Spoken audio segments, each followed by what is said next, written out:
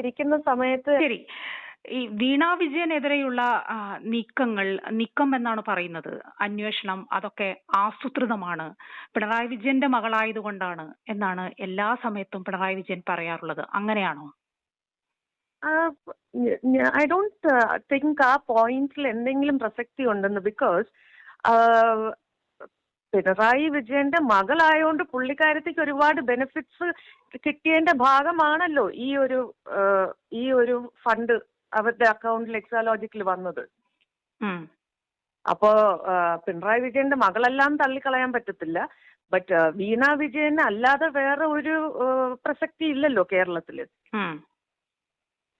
അപ്പൊ പിന്നെ ഇതൊരു കെട്ടിച്ചമച്ചതല്ലല്ലോ. ഫണ്ട് അക്കൗണ്ടിൽ റിഫ്ലക്റ്റ് ആയതാണ് വിത്തൗട്ട് എനി സർവീസ്.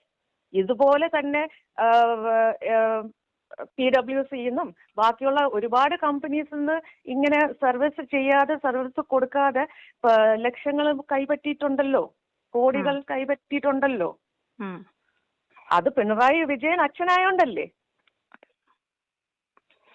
അല്ലാതെ സാധാരണ ഒരു ലേഡി, ഇപ്പൊ നമ്മളെപ്പോലെ സാധാരണ ഒരു ലേഡി ആണെങ്കിൽ നമ്മൾ പാടുപെട്ട് ജോലി ചെയ്ത് പല റിസ്കും എടുത്തല്ലേ നമുക്ക് ജീവിക്കാൻ പറ്റത്തുള്ളൂ.